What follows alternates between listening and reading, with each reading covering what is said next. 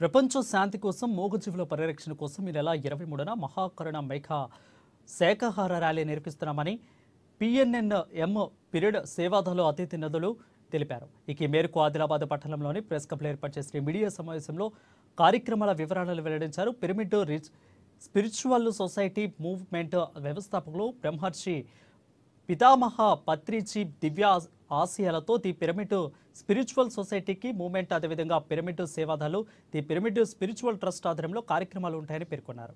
స్థానిక టీటీడీ కళ్యాణ మండపంలో జరిగే కార్యక్రమాన్ని విజయవంతం చేయాలని కోరారు.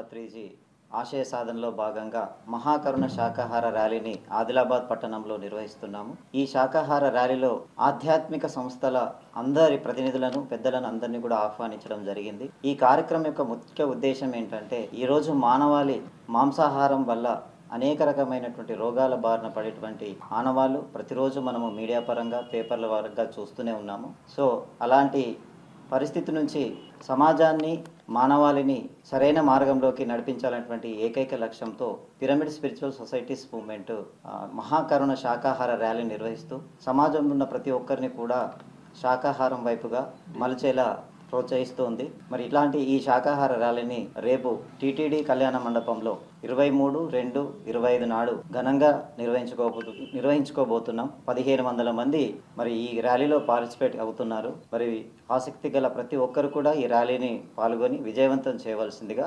కోరుకుంటున్నాం. తెలంగాణ ఉద్యమకారుడు కేసీఆర్ ప్రతిష్ఠుడు సత్తారు రవీంద్ర సింగ్